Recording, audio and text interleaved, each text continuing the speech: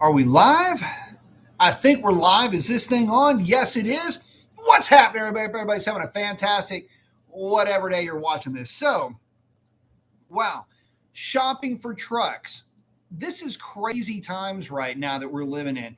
The price of these things is absolutely bananas crazy. And quite honestly, I got to be pretty frank with you guys. I mean, the pickings are pretty slim on the lots. It makes it really difficult to really put together a comparison shopping experience. And you got basically what, as near as it doesn't make a difference, 5 key players in the full-size truck market right now. And man, I tell you what, finding specific work trucks or, full-size trucks is actually kind of tough to do. They're out there, but you got to know how to option them. But what truck do you get? Well, of the 5, you've got Toyota, Nissan, Chevrolet, Ford, and Ram. And Chevrolet is basically GM. You can throw GMC in there, but it doesn't really make a difference.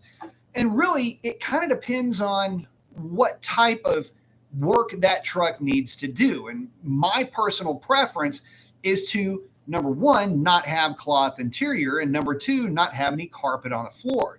If you're getting in and out of the truck, you're on job sites, you're delivering materials, something like that. You don't want to be bringing all that back into the truck with you, at least if you want to keep the thing clean. You want to be able to hit the thing with a leaf blower, wipe it down with a wet rag, and call it good. And it's that kind of durability that I'm looking for on the interior of that truck. And just based off of that criteria alone, it eliminated all but, basically 2 manufacturers. Now I can get into the what's and the whys of the 2, but let's go through the list and kind of talk about these trucks just in general. And I'll tell you the pros and cons, at least that I was able to find either firsthand or through extensive research, if a dealer just flat out didn't have the truck that I was looking for or anything near it on the lot, or more to the point, this search is exhaustive. And really getting out there and trying to find some of these things out on my own, I'd almost rather listen to the voices of the people that have already seen these things. And I did a little bit of both in this. So let's get started. I want to start off though with the Toyota. This is kind of a weird thing. The Toyota is a V6 only proposition. So if you're cool with twin turbo V6s that make just south of 400 horsepower and just the other side or just close enough to it to 500 foot-pounds of torque, then, the Toyota is probably pretty good. But the catch here is there's very little information on the website. And, to be honest with you, there's very few interior options. And since I couldn't option, I should say, vinyl seats or rubber floors into this thing, it kind of kicked it out of the running. But the other issue that I had with the Toyota was the fact that there wasn't a V8 offering. See, the issue that I have, and this is going to be a repeating theme, by the way, and I know this makes me sound old school or however you want to put it, but there are some facts that you just have to kind of roll with. Physics, you can't outrun it, right? So one of the issues that I have with the V6s is that they are absolutely working much harder than the V8 because they are boosted to make the same power. And in this case, and in all cases, really, these V6s are outpowering the V8s. But the problem that I have with that is, now you run into issues with coil packs, spark plugs, cylinder wash. When you're running that much fuel through these small engines, that's a large percentage of fuel mass, a small displacement. Lots of things can actually start to take their toll on engines when you try to get them to make this kind of power. Again, as near as it doesn't make a difference, 400 horsepower, 500 pound-feet of torque out of these 3.5-liter V6s, impressive to say the least, but frightening when you take and just start to think about longevity, long-term durability, and some of the known issues with those V6s starts to make you crawfish away from them just a little bit. And it can potentially, although for some it may not be a big deal, create an issue for resale. See, the problem with the boosted V6 in this type of an application, and I know that Dodge is coming out with the 3-liter, so save it, guys. I'll get to that in a minute. The problem with boosted 6-cylinders is that buyers aren't dumb. They're going to know that guys will either tune them or have their foot in them all the time just to get the thing to move around. Basically, it is hanging the engine on the turbos, meaning that the only way that thing gets moving is under boost. It's not like the boost is there just if you go watt. The boost is there, again, just to get the thing moving. And of course, it's engineered for it, and I get all of that. But the reality is that it is under high load much more than a V8 would be. That's what scares a lot of people away from those types of trucks. But again, the all V6 lineup, for some that might not be a problem, but for me, it was more the interior than anything else. Toyota, although you just don't know with the turbo V6s, has a long-standing reputation for quality.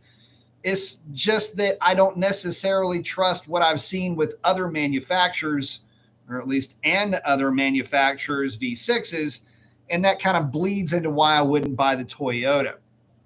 So there's that.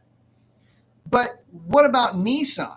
See, the Nissan, on the other hand, standard V8. In fact, there's only one V8, and that's kind of the way it works out with these V8 offerings, by the way. There's only one. But it's a 400 horsepower, basically 400 pound-feet of torque. That should sound real familiar as this chat goes on. It's got a 9-speed ASIN transmission with a 370 rear gear. So far, off to a pretty good start. The thing about the Nissan, though, is that in all of the performance categories, at least that I had seen, it didn't really perform to those specifications. It just couldn't really show a really strong performance advantage over, say, a Ford or a Ram with a V8. The other thing is that I was reading quite a bit about that 9-speed having significant and non-reconciled NVH issues, meaning noise, vibration, and harshness. It's the harshness and the vibration that get me. Not so much on the harshness, because that can be a bit subjective, and I would be the judge of that. But the vibration thing, that's absolutely a no-go for me. Anytime I hear of complaints about NVH and it's the vibration part that's being called out the most, that's what scares me. But give them a chance. The problem is that, again, they didn't offer it with a vinyl interior and a rubber floor mat. And even though it may have rubber floor mats or a rubber floor, there wasn't anything indicating any of that on the website. This is the weird thing about the Toyota and the Nissan that I found. The Toyota and the Nissan, it was like I was buying, or I would have been buying something out of an IKEA catalog, the Horschott collection, right? So what was weird is that there wasn't any banter about power, towing capacity. There was nothing to tell me how I can option this vehicle. It was just, here you go. This is the package that you get should you choose that particular vehicle. Now, that on the front side doesn't seem like it's too big of a deal, but the problem is if you have questions, those websites were A, difficult to navigate, and B, practically, well, the information I was looking for was more or less non-existent. I want to see, if not transmission ratios, because I get that's asking a lot, show me the rear gear ratios. Nissan didn't show that. I had to go to the websites of basically review sites to get that kind of information. Toyota, I just kind of let that slide, mainly because, well, to be honest with you, when it was all V6 lineup, I kind of checked out on that anyway. Again, not to mention I couldn't option it with the interior that I'm looking for, so off to the reject bin it went. So because of that, the two foreign, if you want to call them that, because Toyota is actually made in Texas, but the two foreign offerings didn't offer enough in terms of information on their website. They didn't really cater to the truck buyer, to the guy that's looking to buy this thing to either tow, haul, or be on job sites or what have you. They didn't cater to that. It was very much a a website that seems like it was designed around the type of person that would buy a crossover. And those types of people, they're not interested in necessarily, I don't say all of them, but a lot of them aren't necessarily interested in horsepower numbers and towing and performance figures or anything like that. And they certainly didn't do any share of crowing, much less any fair share. And by the way, let's talk about price here for just a minute for the Toyota and the Nissan. Oddly enough, that Toyota with that, well, near as it doesn't make a difference, roughly 400 horsepower, 500 pound-feet of torque, $37,704 in the configuration closest to what I would have purchased, making it more or less the least expensive of the group. Not necessarily a bad place to be, especially if you guys are out there looking for something that is really more of a work truck, gets you to point A to point B, scoots, runs pretty good. And maybe the Toyota reputation for quality will help you sleep better at night. At least you'll be sleeping on about $3,000 worth of comfortable bedding, because it was not only the least expensive of the group, but it was the least expensive by a significant margin. Again, by about 8%, being about $3,000-ish cheaper, or I should say less expensive, than the entire balance of the lineup here. So we've talked about the Toyota Tundra. We've talked about the Nissan Titan. What about GM? Why is it that I didn't just lead in with GM and say, I'm getting a GM, I'm getting a Chevy, I'm getting a GMC? Well, kind of walking in lockstep with the first two that we talked about. Couldn't get vinyl interior. It was cloth only. Now you could, at least by what I could tell, get the solid rubber floors, but you could not get the vinyl seats. Mind blown on that. This is GM, Chevrolet, GMC. This is the company that makes work trucks. Even since I was a kid, I associated work trucks with Ford, Dodge, and Chevy, GMC though primarily. And so when I found that I couldn't option the truck that way, or at least when I was on the website trying to option it, the issue that I had was, well, it's already out the door, but let me see if I can configure this thing to where at least I would consider it. I really wanted to consider the GMC more than anything, really. And it was probably the biggest disappointment of every truck that I was researching. Get a load of this. You go to configure your GMC in basically a work truck type of a vehicle. You get started on the website and you find yourself practically shocked that you're looking at a price tag of about $43,000 and you haven't really optioned the thing yet, knowing that by the time everything's said and done, this thing's going to check in at about 46. The website defaults to four-wheel drive, but it's the second choice. It's kind of a weird thing, and I'm not really sure. It's like a little glitch with their website. Caught me off guard and threw me off. I actually ditched the idea of the GMC because of it, only to come back to it to just make sure my head was right. And I was good. It's good that I did that because I was able to look at this truck a little bit differently. Now, the elephant in the room here is the GM products are the lowest powered vehicles in the entire lineup by a significant margin. 355 horsepower in a field of 400 horsepower offerings is not a good place to be. The Ram comes in at basically 400 horsepower and 410 foot-pounds of torque, and so does the Ford. That Titan, same idea, 400 and 400. So to have a V8, and this is again the 5.3, come in so low is a little bit disconcerting. In other words, it was out of the running and it didn't even get a chance to get its feet in the blocks yet. But I still wanted to at least give it a chance. I got to thinking, well, okay, it's lowest power, but LT platform's been around now for quite a while, very durable. How is this thing going to be priced? The most expensive one out of the entire group. Can you believe that? The least powerful, the most questionable, at least in terms of interior quality. We all know how GM interior quality plays out, right? Not necessarily the best ride is going to be the most expensive out of the whole group. This is the one that was a bit disappointing for me. But this has been how GM has been for me for probably the last 15 years.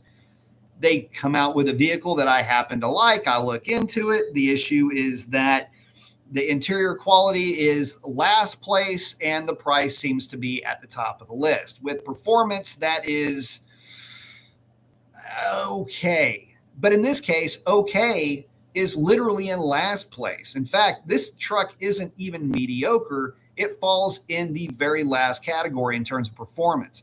But the twist is that you cannot option the 6.2 liter for the lower tier trucks.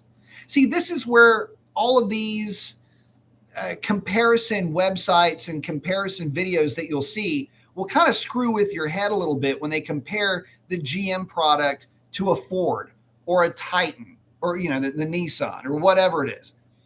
They will show you a truck with the 6.2, but the only vehicle in that price range that I was looking for was the 5.3. What? And the other weird thing, that 6.2 is marginally more powerful. And I say marginally because I'm talking about horsepower here, not torque. Marginally more horsepower than the V6 turbo offerings. So it's not even a top tier performance engine in a class that would be an entry level full size truck. The 6.2 should be offered as an upgradable engine, but it's not. And that's another issue for me with the GM products.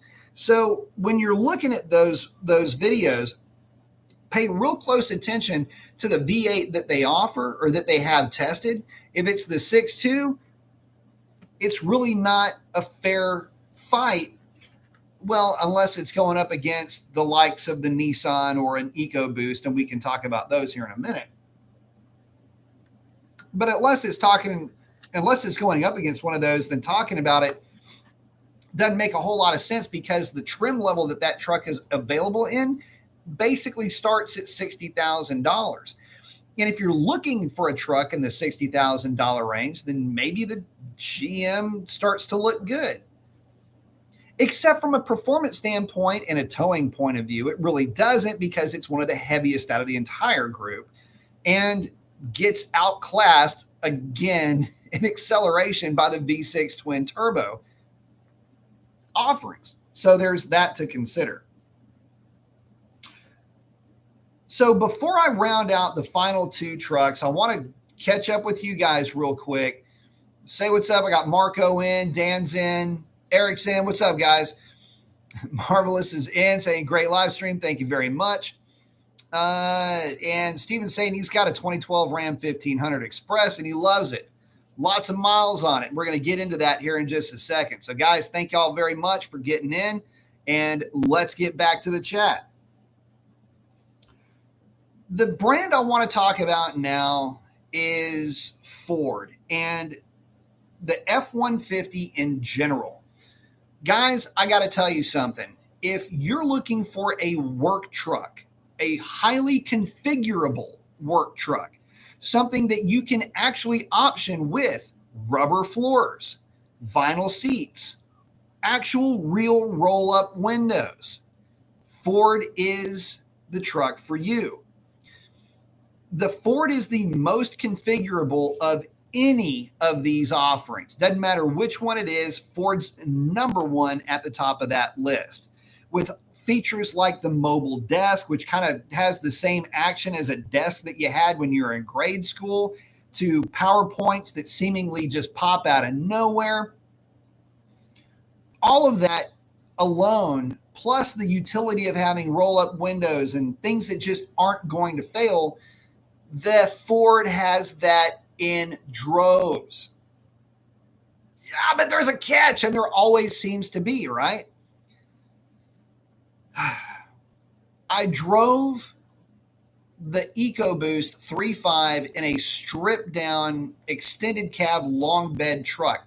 Odd combination. A guy ordered it, just decided it wasn't for him. Had a 373 rear gear, 3.5 EcoBoost, 400 horsepower, 500 pound-feet of torque. The truck was properly fast. I don't mean fast for a truck, fellas. This truck was fast, period, full stop. I didn't have my draggy with me. In fact, I was regretting it because 0 to 60 on that truck was easily in the high fives on the street in really horrible DA. And the truck wasn't just fast from a dig. The truck was fast from a roll. Hit that thing at 70 miles an hour and hold on, buddy, because you are going to be flying past 90 miles an hour before you get a chance to figure out that you're getting a ticket. But there's a catch. And there's always a catch. See, the problem with that truck was that Ford is really weird with how you can option vehicles. I wanted an extended cab with a 6-foot bed or 6.5, doesn't matter, with a 373 gear with the EcoBoost. I could only get it with a 355, no big deal. But the catch here is that now we're talking about EcoBoost engines. Well, remember that thing I was saying earlier about the Toyota's offering, and it was only a V6 turbo, basically the same output, 400, 500. Nothing but cam phaser problems with the EcoBoost engines. This is the Gen 2. And I know there's guys that are out there going to say, I've got 150,000 miles. Listen, that's fantastic. The problem, though, is that in my family, we've had EcoBoost engines, and they've all been really not good at all. And I know too many people that have had them that have felt the same way. Issues like cam phaser problems, oil pressure issues, oil consumption problems, maintenance being basically akin to if you had an old truck because you're changing out spark plugs every 30 to 40,000 miles at the latest. Other potential issues start to become a bit sporadic, but those were the big ones right off the top of the bat. And that cam phaser thing and the oil pressure thing was enough to freak me out on the EcoBoost platform. And it's not just the 3.5, it's the 2.7 that I saw failures. Enough so to where I didn't want to have anything to do with the EcoBoost. So what about the 5-liter? I mean, that would seem like the right choice, right? Well, not necessarily. See, with the 5-liter, things get even more strange. The 5-liter, 400 horsepower, 400 pound-feet of torque, but you can only get a 3.31 locking diff. What? You mean to tell me I can't option a 355 or a 373 in a 5.0 truck? That doesn't make any sense. Why can I option an EcoBoost with 500 pound-feet of torque with a 355 or a 373, but I can only get a 331 with the V8? Just didn't make any sense. Not to mention, a lot of guys having issues with the V8 too. And this is the weird thing. It's not just the engine, but transmission problems. Here we go again. Build something highly technologically advanced. The thing gets out there, screams, runs down the street, whatever, only to start having the same type of issues in some cases as the V6 in terms of, but in mechanical is what I'm talking about. But in this case, intake manifold problems, rattles. Again, you've got a timing chain on those engines that's 8 feet long. If it stretches a little, it stretches a lot. And these start to become problematic when they start failing at mileage numbers that are just the other side of 60,000. And look, we've had these 5-liters in the fleet. I get that. In fact, the company that I work for still has one that's still running strong at about 250,000 miles. I get it. But this is the latest crop of the Coyotes, not the old school Coyotes. And got to tell you, from what I've seen, and again, from, well, given the fact that we've got just only one left in the fleet and the issues that I've heard from friends that have had them, well, the problem is I don't want any of those problems. So what does that leave us with? Well, it leaves us a little bit disappointed because I got to tell you, Ford was the front runner for this. I had a brand picked, built a truck, had it all planned out, went and drove that EcoBoost truck, got to check out some of those cool interior features of the F-150, and just about fell in love with the thing, intoxicated by the performance, intrigued, and a bit inspired in a way by the functionability of the interior of that thing. But because of mechanical issues that, quite frankly, scared me half to death when we're talking about the EcoBoost platforms and didn't want to deal with problems with a 5-liter, especially if those problems with the 5-liter were also going to come with problems with the transmission, I decided against it. So what did I decide to go with? What does it look like we're going with? Well, it looks like we're going to be going with the Ram, if the thumbnail didn't give it away. But the reason why I'm going with the Ram is a little bit different. It's actually based on my personal experience with the Ram platform in general. I'm looking over here because my truck's like literally on the other side of the door. I've got a 2017, what would be now known as a classic. It's got a Hemi, 321 gears, and that's about it. But it does have cloth interior. That's how I know I don't want it again. The truck has got 165,000 miles on it, and it runs better today than when the truck was brand new. The truck just dragged an over 3,000 foot DA of 14.7 at 95 miles an hour, and that's with no track prep or anything like that, with an open 321, or at least one very similar to mine. So, in knowing that, what made me decide on the Ram over everybody else? Well, for one, familiarity. I know that we can stack and rack up miles on these things because every truck in the fleet at this point has a minimum of 150,000 miles. Some of them have well over 200. And the latest one that we just sent to auction, 311,000 miles. So, and it thing was still running really good.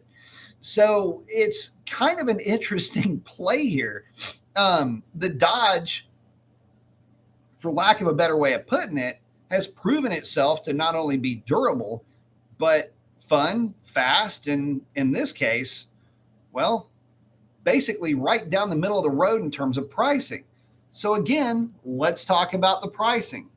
See, I haven't touched on the fact that the Chevy, well, I did, I just didn't get into the numbers. The GM was the most expensive of the lot. So let's take a quick gander at the prices. Toyota checked in at $37,700. The Nissan, $39,865. The Ford and the Dodge are literally within like, I don't know, like a Happy Meal of each other at $41,000. And that's really, it didn't matter how you optioned with the V8 or the EcoBoost. The GM came in at 43. Now, keep in mind that some of the prices, the Dodge did, and I believe the Ford did too, included some dealer contributions or manufacturer contributions. In other words, rebates. There's not that much out there, but at least right now, Ford and Dodge were offering up some level of rebate. But the GM wasn't, and it was checking in at 43 and change. And by the time I was about halfway through the configure thing and it was at 43 grand, I wanted to go ahead and just end the situation straight away. And that situation was me getting pissed that now the slowest of the group was going to be the most expensive, and there weren't any kind of offers to be had on that truck. Oh, and to that point, look, I get it that we're dealing with an odd market right now, but the dealer needs to be reminded that the trade of goods and services for money is what is the market. And if I am not trading my money for a manufacturer's goods, there is no market. And so dealers were trying to use a ploy. Dodge is one of the ones that did not, by the way. We're trying to use the tactic of, well, there's a $3,000 market adjustment over sticker. What? Oh, yeah, we might be able to get it for you at sticker. What? At least one of the Dodge dealerships that I was working with tried that as well, so I can't say all the Dodges don't. And to that point, I had to explain, if I don't give you money, there is no market to adjust. I don't have to buy a truck. Remember that when you go talk to whoever's in that glass room that you go talk to, when you go, I don't know, talk about whatever. Stupidest game ever. But the point of this is that, well, to be honest with you, this market correction thing ended up basically walking me out of a couple of dealerships. And the idea that it was going to be used as a negotiating tactic, meaning, well, we might be able to get some of that market adjustment taken care of for you. Yeah, no, you won't be giving me a market adjustment. Without me, there is no market. You're going to figure out a way to take more money off of that sticker price. And then we can talk about me ordering one of these things and waiting. Oh, yeah, that's right. 6 months for this thing to get built, or at least 4. That's cute. So again, the issues that I've run into, and it's not just one manufacturer, but the issues that I ran into like that were far and away mitigated when I was talking to the folks at a local Dodge and Ram dealership. Happens to be the same dealership that I got my SRT from. So what gives with the new truck versus the old truck? So now we can start talking tuning. We can start talking the differences between the tunes, and we can get into some more performance-oriented stuff now that we're talking about the new Stormy, or the new work truck named Stormy, because you know every one of my vehicles has got a stripper name. Now we can start talking about what and how that truck is going to be optioned, some tuning, a lot of cool things that I found different in the tune with the what's known as the DT platform, which is the newest platform, versus the DS, which is the outgoing classic series, at least as of 2017. So let me check back in with you guys, and then we will start talking about performance mods and some of the cool differences in the tune. And I say cool, but it's really not cool. Anyway, let me get to you guys real quick. Let's see. Donald is in saying, am I late? Nah, you're good, man. Eric saying, good evening. Marco saying, Chevy and GMC baby diesel for gas mileage. Yeah, not really looking for that part of it. Marco saying, Nissan V6 truck only. It was the new V8 that I was looking at. It's the 5.6. Steven saying he's got a 2020 Ram. Oh, that's why I just saw he's got a ton of miles on it. Loves it. Absolutely. And that's one of the reasons why, again, the Dodge transmission, rock solid, and it's the new HP 75. Amy Dad is in. Amy Dad doesn't like the Ford door alarm. Marco's saying Ford is fast, don't like the trans, though. Yeah. And apparently the trans doesn't like the trans either, because it apparently happens to break more often than some folks figured that it should. Dan saying was looking to upgrade from my 307 open diff and my 22 Challenger 8-speed, wanted the 309, but found a good deal on a 370 LSD. Do you think it's too much gear? Nope, it's going to be a lot of fun, but I would recommend a tune with that, primarily to adjust rev limit so it doesn't yip on shifts. X is in. What's up? I don't have my glasses. He's got the cadence right, though. I got the flex. Kyle is in. Are you buying a new truck? Yes, I am. Doll saying, good to hear you stayed with Dodge, but it didn't hurt your warranty. 390s and be happy. So we're going to get to that here in a minute, because that's not necessarily a given thing with the 392 gear. Raging saying we've replaced turbos on the 3.5 EcoBoost and Expeditions. See, that's part of one of the reasons why I did not want to go with the Ford. Thanks, X. That's one of the reasons why I didn't want to go with the Ford. It's again, fast, intoxicating, fun, the whole bit.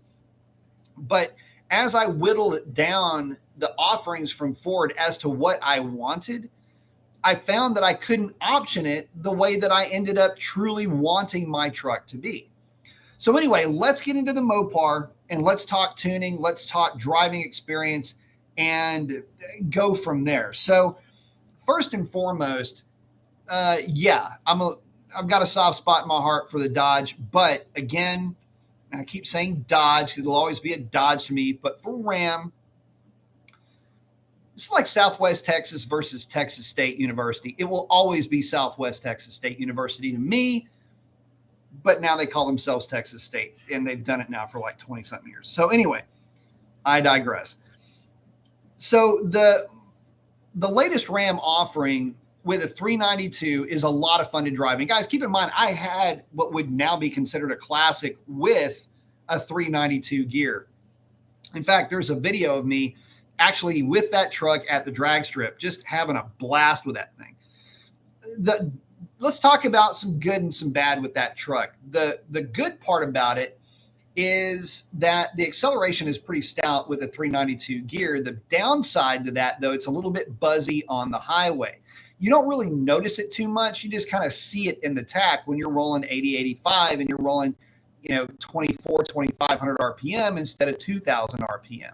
So that can be a little bit off-putting, but it really kind of doesn't matter all that much. It's not hurting the engine to spin it, but you are still spinning it nonetheless. Now, I will be optioning it with a 392 gear. And the reason why I'm going to be optioning it with a 392 gear is because it's just simply more fun to drive. The 321 can feel a little bit, in that truck, can feel a little bit labored. And it's forgiven to feel that way. I mean, it's in the trucks that I drove, and again, comparing apples to bananas here, the truck that I drove with a 392 gear, the most recent one, the DT, well, that was a crew cab, completely loaded out, four-wheel drive. The 321 no-slip rear end that I drove was the same configuration. Crew cab, 20-inch wheels, except this one wasn't a four-wheel drive, but at this point, it really doesn't matter. It was lethargic. And that was the issue that I had a little bit with the truck that I drove with a 392 gear. And I'm going to get to the why that it was in just a minute. But I'm comparing that to an EcoBoost and a completely stripped down truck that, again, had the most aggressive gear you can get with the most powerful engine that they make. Duh, it's going to be fast. Just blows my mind you can't get that gear with a shorter wheelbase, or with a V8 for that matter, which is really even more weird than that.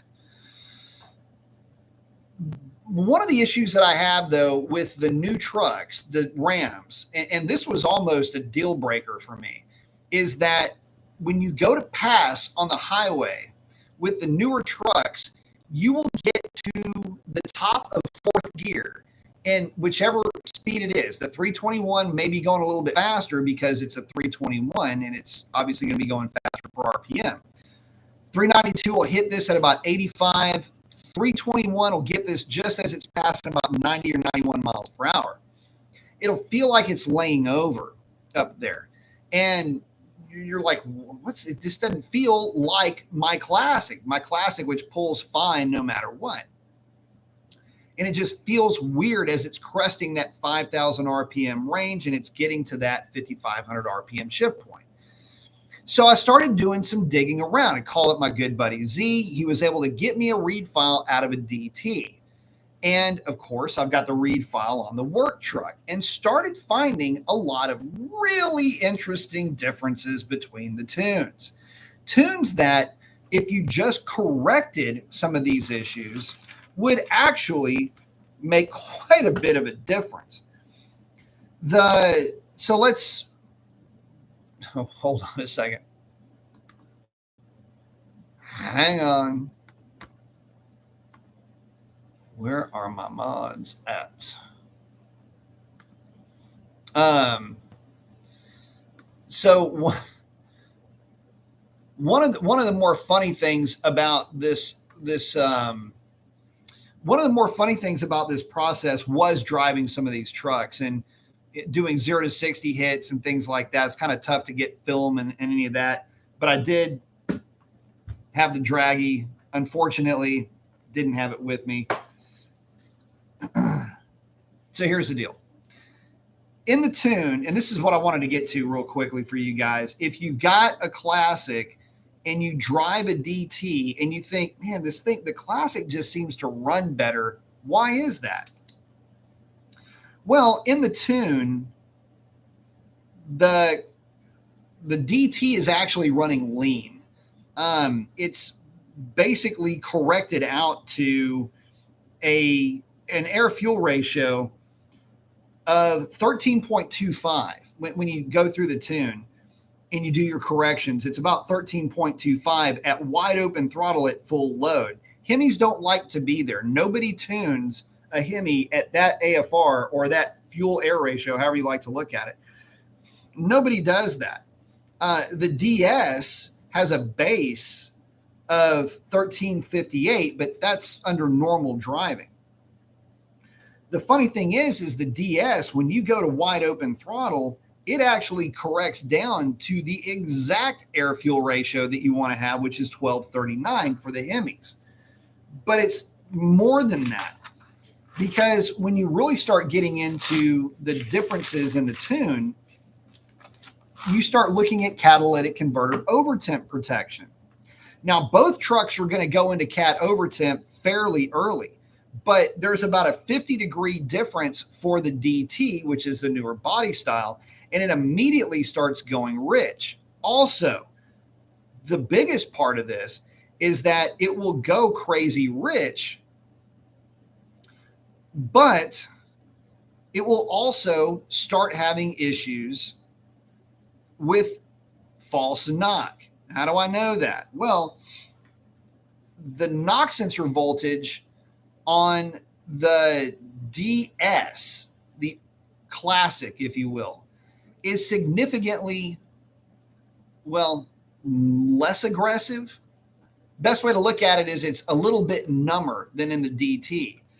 And so when you combine all of that and then look at some of the timing tables and you start to kind of break everything down, which, by the way, are completely different. They're off by about a degree of timing here and there. You start to get the impression, again, I wasn't data logging the truck, but believe me, the next one that I drive, I will absolutely be data logging. You get the impression that the truck is going full cat overtemp mode with knock sensors going crazy. So you probably got false knock and a lot of cat overtemp getting thrown into the mix. Now, I can tell you that my DS, the classic, immediately goes into cat overtemp when you floor it just going down the highway. And it will correct down to about 11.8 or 11.9. However, if you go back to back wide open throttle hits, it will actually drag that fuel air ratio, or in this case, air fuel ratio, down into the 9s. Now, it doesn't have any knock retard at that point. It's throwing full timing at it. But the reality is that it's definitely not a good look. And, well, to be honest with you, this newer truck feels like it's getting hit with a lot more nannies up top than the outgoing truck is. Now, that being said, down low, the thing's a beast. And with the slightly more aggressive gear ratios in the HP 75, it lights up the tires pretty easily. In fact, that big old heavy truck that I was driving basically hazed the tires.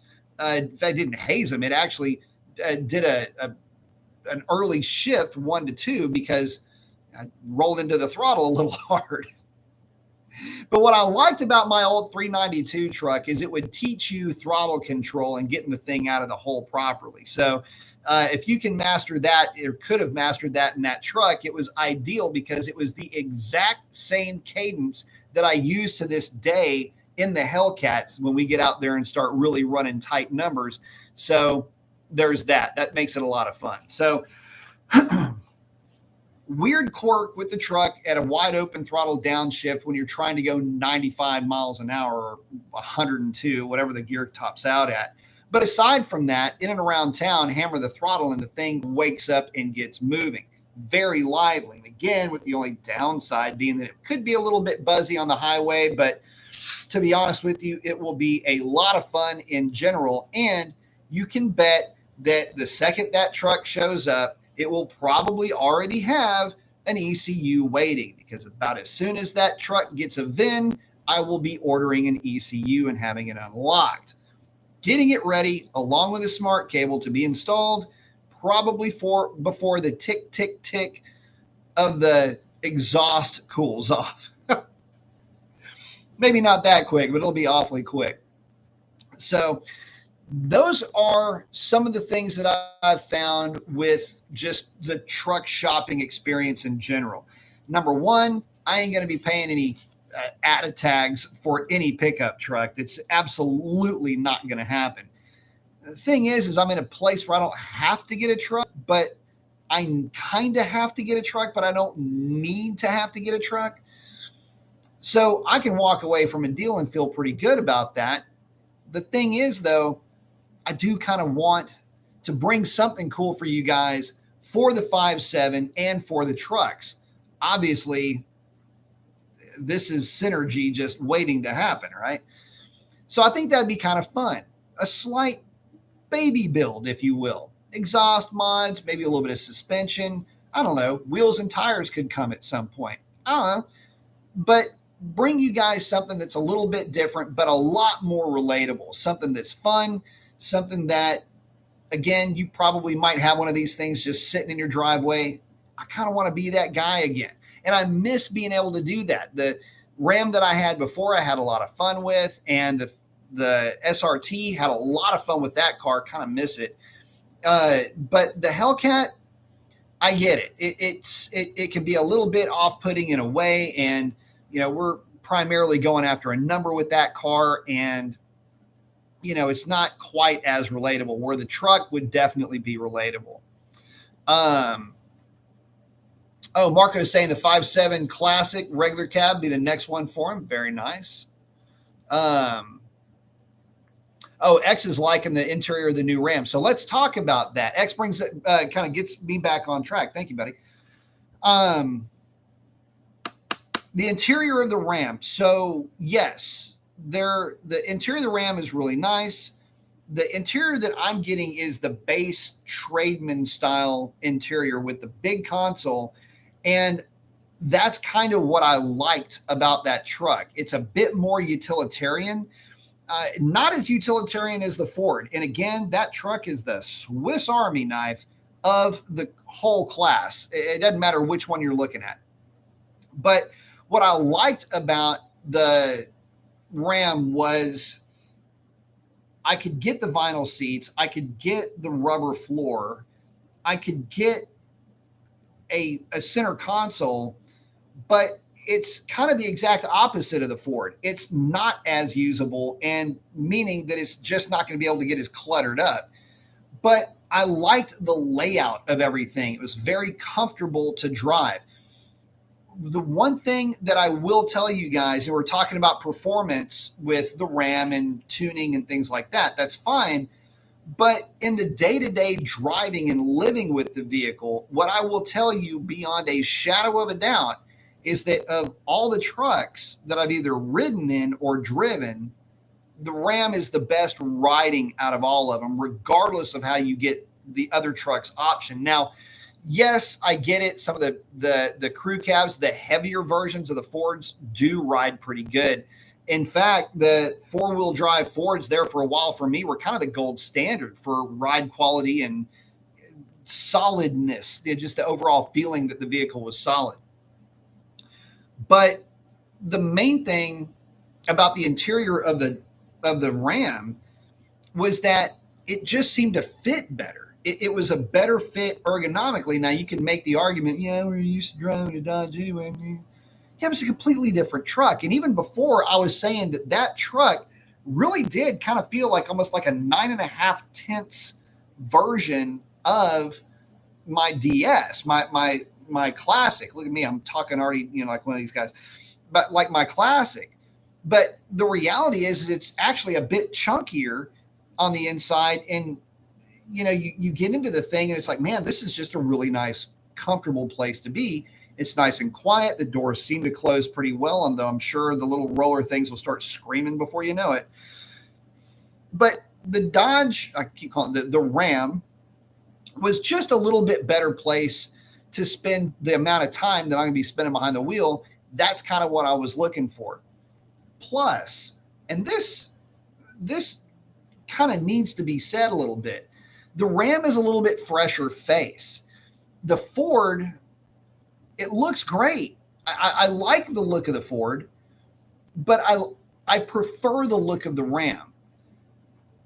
The Toyota seems like it's awaiting accessories, as does the Nissan, by the way. It just seems like they're waiting for you to that's where you start. That's where your kit starts, and then you start to upgrade it from there. With the GMs, I didn't even want to give them a shot because I'm thinking to myself, look, if you're going to come to this party with a 5.3 as your only V8 offering and have it only come in at 355 horse, when the 5.7 in the Ram is at 400, the 5.0 with the Ford is at 400, 4-cam, by the way.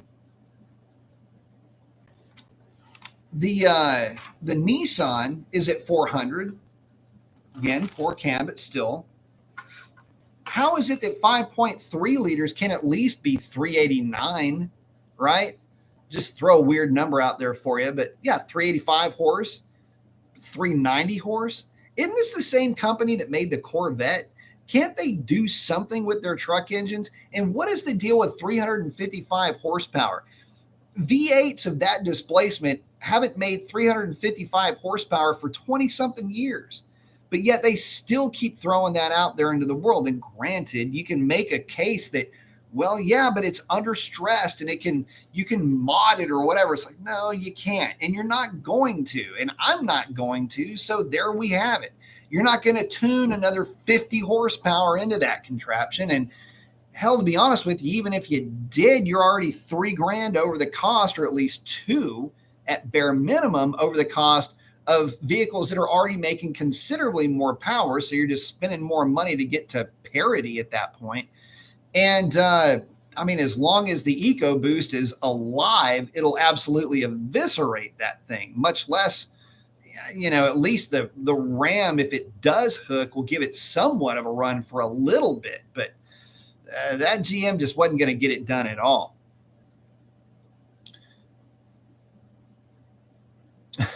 Donald saying, have a good one, be happy. Talking about buzzing, but really, I've been spinning 390 gears since 97.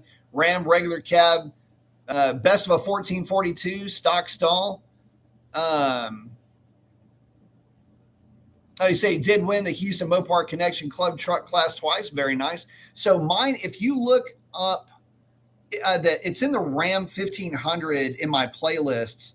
There's at least one video of me at the drag strip, and it was actually in kind of lousy conditions.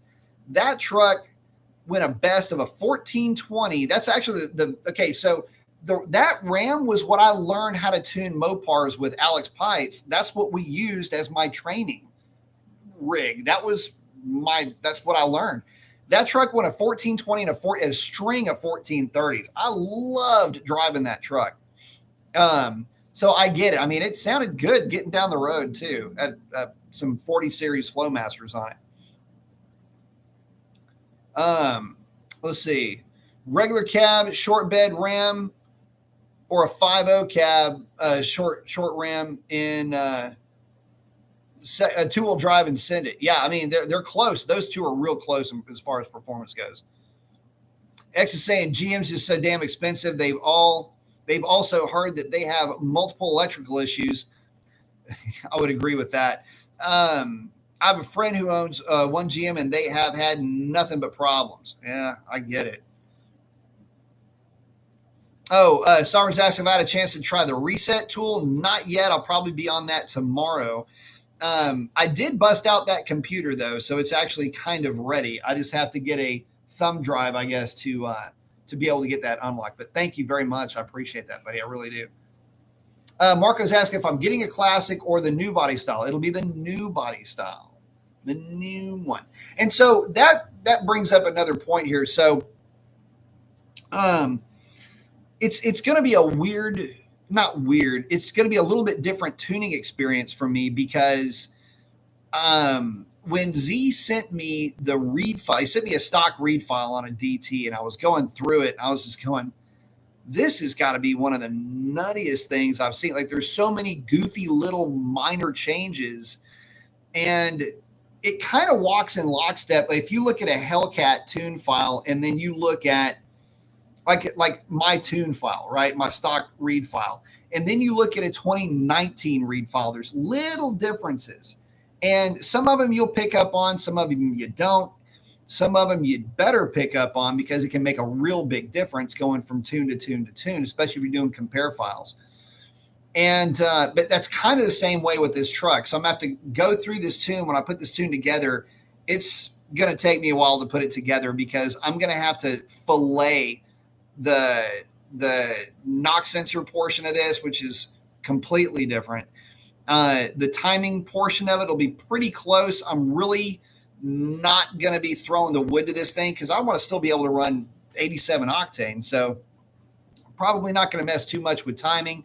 Mainly the stuff that I'm going to be looking at is going to be some of the spark modifiers, and really even with that, not so much. Mainly just data logging, finding out what the truck wants and what the truck needs, which is fueling, and get that sorted out and then send it off into the world. Probably be just fine. So, but it'll be a lot of fun, that's for sure. And yeah, I'll definitely have a tune put together that kills all the traction control 100%, and we'll see how long a burnout this thing will actually do. So let's see. Oh, Sovereign saying, no problem. Thank you, buddy. But, you know, one of the other funny things that I had noticed throughout this whole truck buying thing, one of the weirder things that I know, I'm wearing that Sierra t-shirt. One of the weirder things that I had picked up on throughout this whole thing was how many guys out there would say, well, it's a truck. Why are you trying to make a truck fast? In other words, I would kind of lurk around on some of the forums, and I would look at some of the things that guys were saying about towing issues, ongoing TSB problems, some class action lawsuits that were being thrown around. All of these were primarily with Ford again, which you start seeing things like class action. That's when you go, I'm going to go ahead and back out of this. But it was funny. You had this like contingency of guys that were just talking about performance mods, and then somebody comes in there. I don't understand why you would want to do that. It's a truck. It's not a race car. And I'm like, dude, these ain't my people. I mean, dude, I will try to put a tune on anything if I can get away with it. And what with all of that? The other weird thing that I noticed is, if you're looking up EcoBoost stuff, and if you research this, and if you're looking to buy a truck and you found yourself stumbling into some of these forums, it was really funny. I was reminded vividly as to why I don't get involved with any of the forums. I'll if I post something up, it'll be, hey, what's happening, everybody? This is what's going on. This is what's happening. But I haven't even done that in a long time, mainly because of all the, it's just manufactured drama and I just keyboard warriors getting out there all cladded up in their, I don't know, whatever plot armor they're wearing, whatever narrative they're trying to drive out there with their worldview on these trucks. It's just funny listening to just how somebody is, well, there is absolutely no way that car could have done that. By golly, or that truck could have done that, or whatever it could be, whether it's me running 10-Os, which there's a couple of us that have been doing that, or in some cases with the EcoBoost guys are real like that. It's just kind of a weird thing. That's just really strange. So anyway, I was reminded in living color why I don't ever get onto those onto the forum sites. I probably should, but I don't feel bad about not showing up and being on those forums. A wealth of information, though, a complete wealth of information.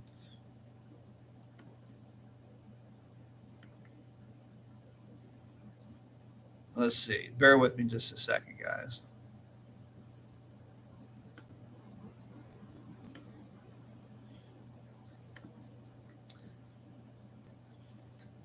Let's see. I want to make sure I'm not missing any of you guys. If y'all have any questions, go ahead and jump in and let's see.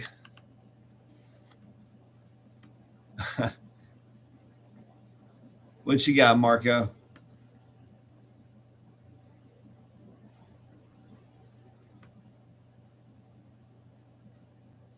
Oh, it's funny whenever we get these bots on the lives, the funnier ones, you know, every once in a while one will pop up and it's in some foreign language, and it's like, dude, I mean, I want to at least be able to laugh at you, but come on now, put it in English.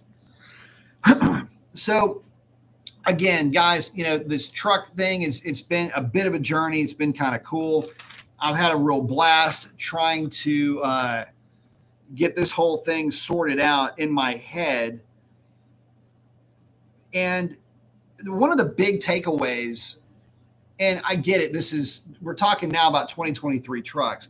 One of the stranger takeaways for me in all of this was just how expensive these trucks have gotten. You know, when you're not in the market for something like this, and you're not really in the business when it comes to buying and selling or trading these types of commodities, when you're I don't know, when you're not around the products, the pricing can scare the hell out of you.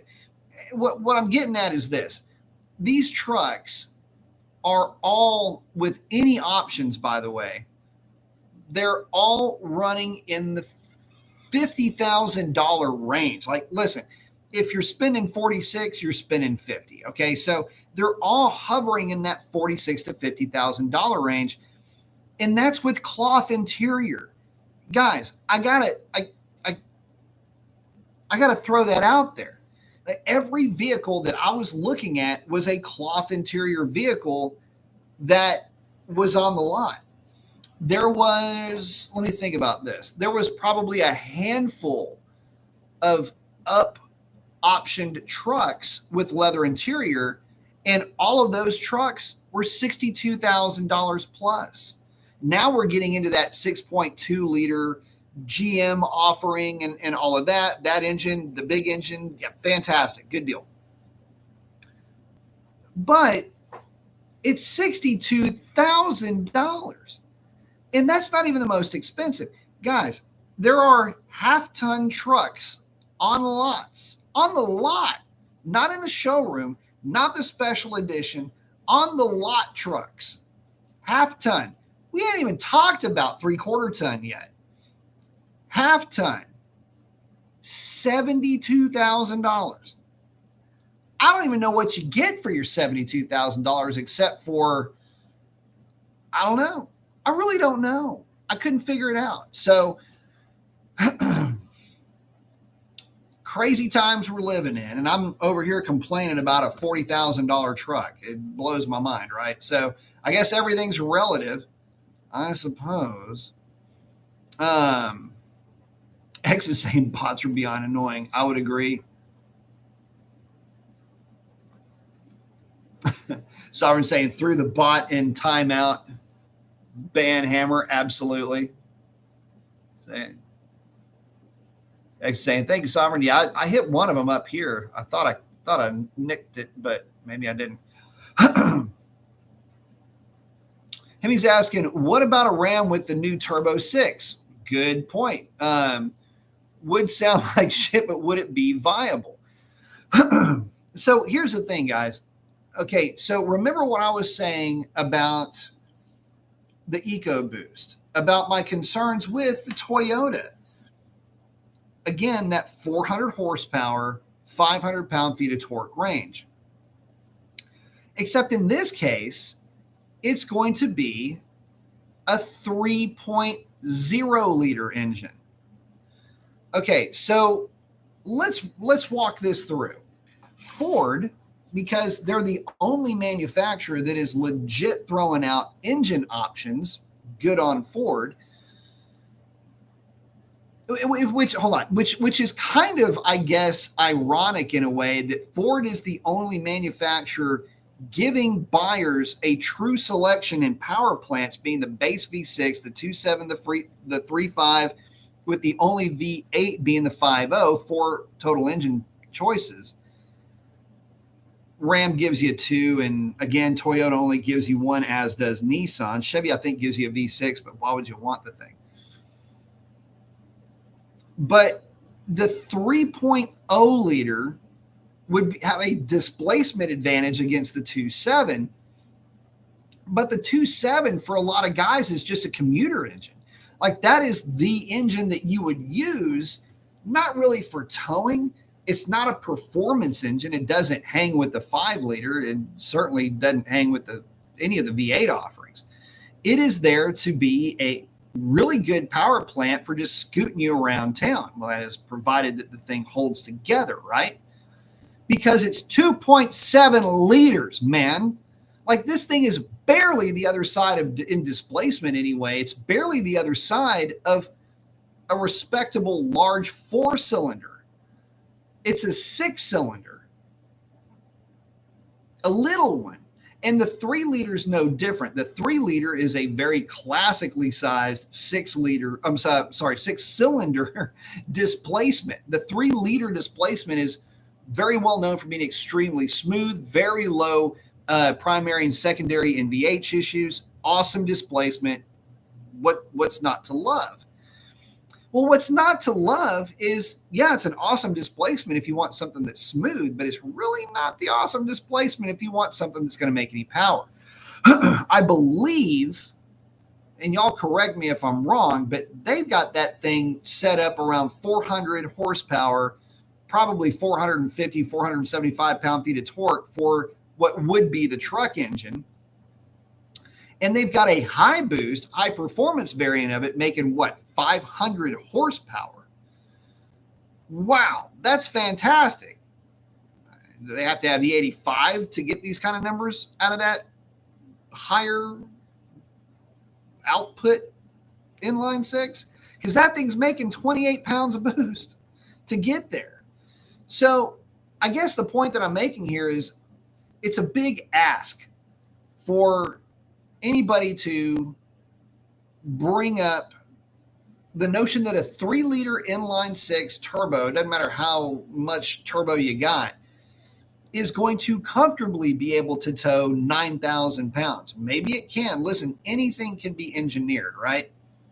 But I think manufacturers are starting to see that these V6 offerings, although impressive with the amount of power that they can put out, they're extremely off-putting to guys because they feel, and rightfully so, because it's 100% true, that the thing is going to be in boost all the time.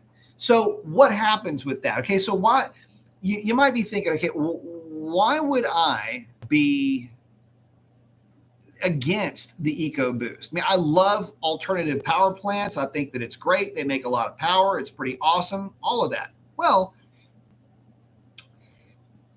the thing is, when the vehicle is always in boost, when you're always seriously putting that thing into power and rich mode, it's a lot easier to wash out the rings. Washing out the rings can create an oil consumption problem. Plus, it contaminates the oil with gasoline, but that's only to a certain minor extent. And if you're driving for any real length of time, that will evaporate out. But more to the point, it creates more wear on the cylinders. This is a long-term thing. And keep in mind, we're talking about a gasoline engine here, not a diesel.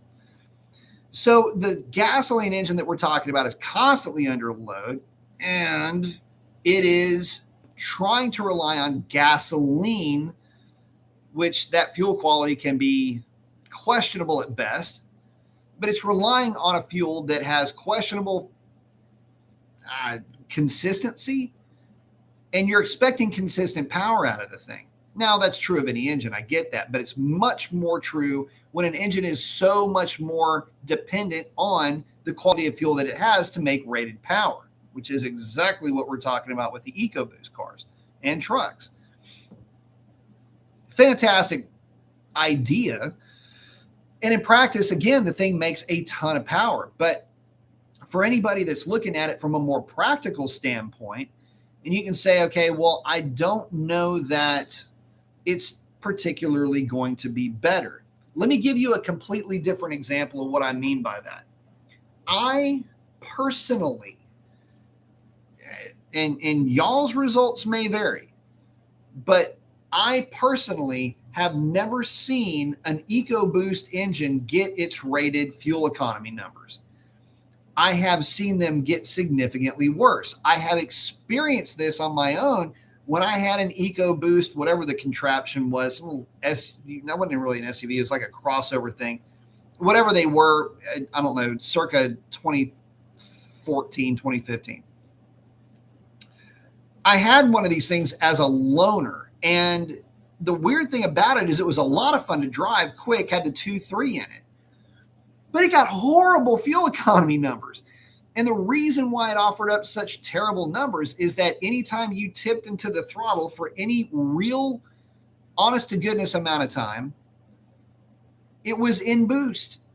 And when you're trying to get an engine of any size to make, say, 50 horsepower, a large engine will make 50 horsepower no problem with light tip in throttle at close to or at stoichiometric values. In other words, 14.7 and 1 AFR. It's just not working. You don't have to throw a lot of fuel at it to get it to make that number. It just kind of chugs along and does its thing. If you're relying on boost, however, the second you go into boost, especially any real level of boost, depending on what that 50 horsepower is in relationship to your size, well, that's going to depend on how much fuel you're going to have to burn to get there. And it will be more than the larger displacement engine. So, more fuel being burned, more carbon, more emissions, more everything that you're trying to move away from, presumably, if you're getting the smaller engine with a turbo. But anytime you load that engine, it's going to be producing more emissions, potentially doing more damage to itself and the components that are attached to it to get those numbers to the rear wheels. It's just how it works. There's no way around this. And this has been a real big sticking point for a lot of the manufacturers when they're coming up with their EPA fuel economy numbers, because you can game that system with your small engine. In other words, in the calibration, you basically put something together that burns lean and doesn't have any real semblance of boost at, say, 1800 RPM, 1900 RPM in steady state. In that case, yes, the smaller engine will consume less fuel. But under every other scenario other than idling and decel, it will burn more because presumably at that point, now you're into the throttle and it's a power enriched mode.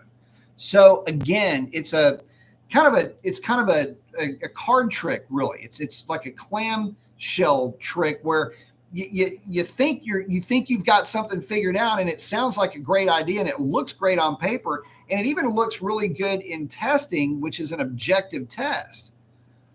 But you put that product out into the subjected world that it's actually going to live in, and next thing you know, it's really not as good of a deal as you had initially thought.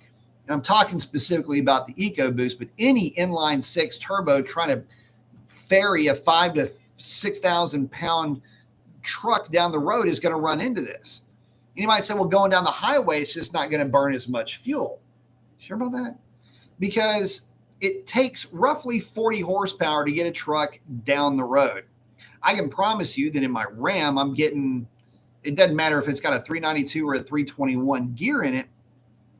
If I'm cruising down the road at 65 miles an hour, for example, it's really not burning any fuel. It's just kind of burning enough fuel to spin the engine and kind of move the thing along.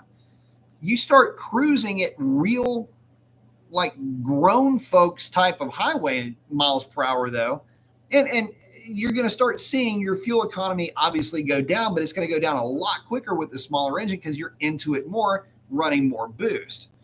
And that's why, so many folks, you really, it's hard to, I don't know, it's hard to get through a lot of folks' head that it's not necessarily the best thing in the world to get these small engines and expect them to be able to do the work of a larger engine with these itty bitty cylinders with itty bitty pistons going up and down in them with a lot of cylinder pressure. You're asking a lot of the fuel. You're asking a lot of the oil. You're asking a lot of everything about that engine because you're just loading it so much more. So at any rate, let me catch back up with you guys.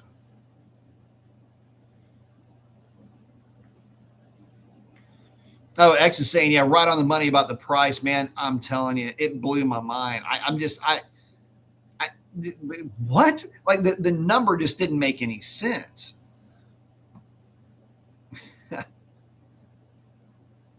So we're saying small six. Yeah, it just, X saying he loves the sound of an inline six. The inlines sound amazing. I'm not a big V6 guy, but I love the sound of the inlines.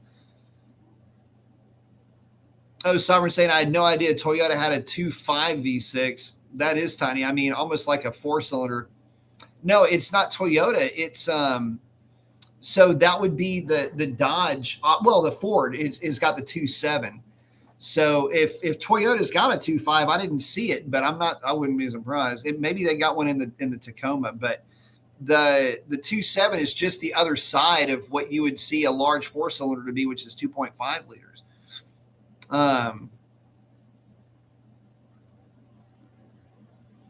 Marco's got a good question, and I'm glad you brought this up. I forgot all about this. Thank you, Marco. Asking, do you think they're going to make a new body style regular cab? Funny you should ask that. That's on my list of questions to ask the dealership on Monday or Tuesday when I make it over there.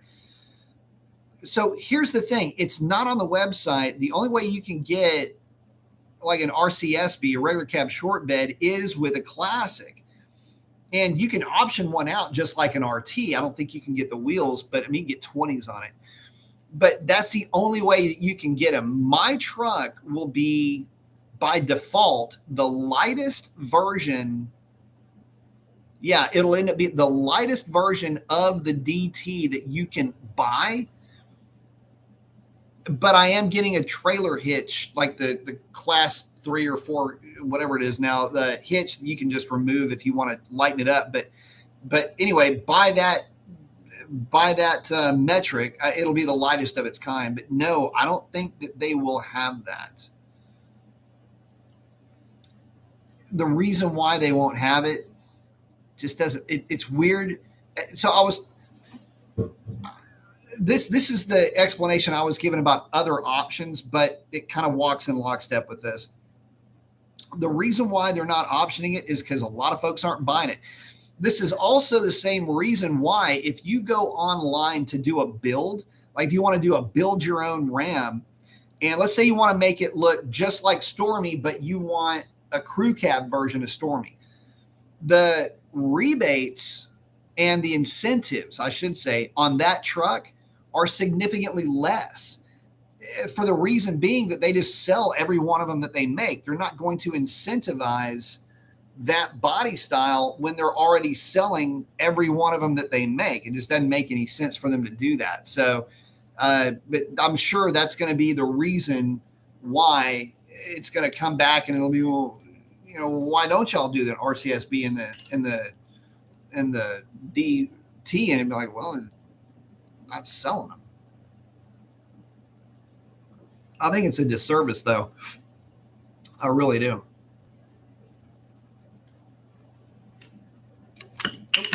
Let's see. Sovereign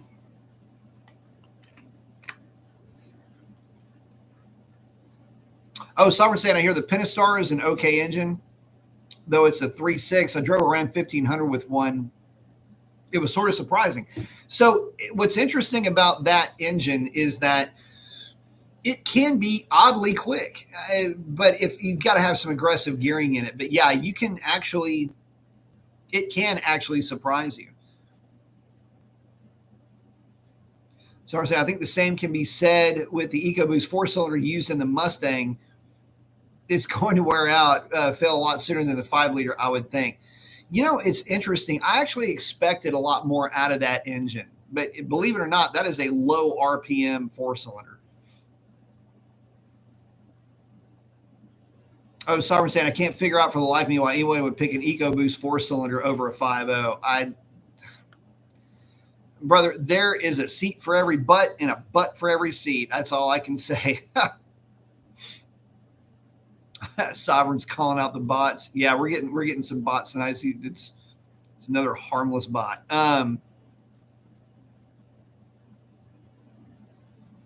Sovereign's talking about the Lexus's bomb-proof engine. They had the 3.5 liter that was the cockroach engine. I mean, that thing would survive the next meteor impact for sure. This is funny. My notification's going off over here. Let's see. Who is on this one? Let's see. Sovereign saying the 3.4. Oh, the 3.5. That's it. Yeah, that's what he's got in his ES. Yeah, that thing is. I've seen that engine go through hell. But guys, I just wanted to walk you guys through my experience with looking at trucks. Man, this has been nutty. And the funnier thing about this was seeing all of the differences that Dodge made in the tunes for the DT versus the Classic. Now, I don't know what the tune looks like for the Classic. I do have a read file off of Buffy, but guys, I'll just have to tell you this. Enough changes will need to be made to get that truck to act the way that the Classic that I drive now acts with just a stock tune. I will be making some minor changes to the tune in terms of, some torque management, driver demand torque, which is just a real fancy way to say accelerator pedal aggressiveness. I'll put a tune together that kills all of the traction control for sure, although it lights up every freaking light on the dashboard, but you got to have fun with it somehow, right? But I'm going to put together some things with that truck that I think will be kind of neat. Obviously, exhaust mods will be coming, possibly some suspension mods, try to level the back end of that thing out a little bit. Wheels and tires, we'll see, because that's kind of a subjective thing, and my taste kind of flounder all over the place with that. But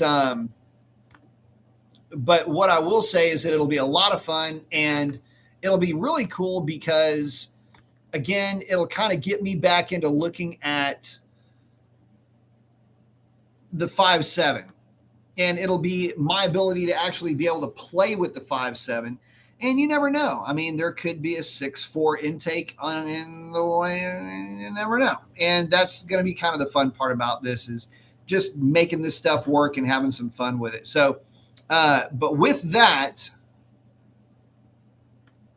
I'm going to go ahead and wrap it up. Guys, I want to thank each and every one of y'all for hanging out.